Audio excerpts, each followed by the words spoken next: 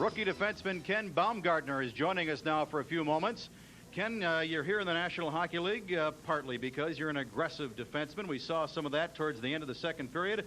A scrap with Marty McSorley. What went on there after the icing call? Just getting a little frustrated, are the Oilers? We had been talking a little bit on the draw. I didn't like the way he came at me with the stick, and I let him know that. And he said anytime I want, so we picked the time.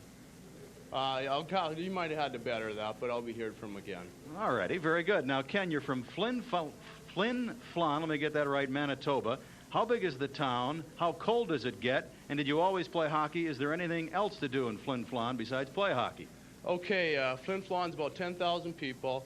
It would be 5 hours, actually about 8 hours north of the border, Manitoba. So you have to go north of North Dakota for that.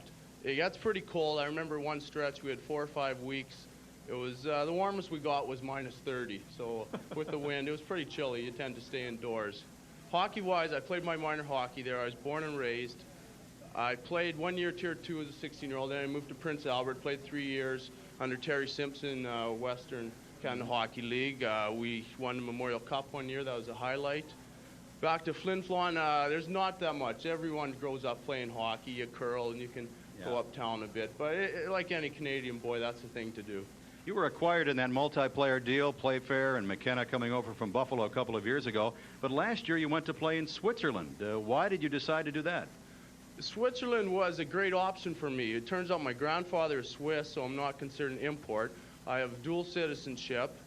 It was great for me because the style they play is much like the Oilers style. A lot of crisscrossing, the wide ice surface. And I had to work on my skill game. You're forced to. Toughness only gets you so far these days.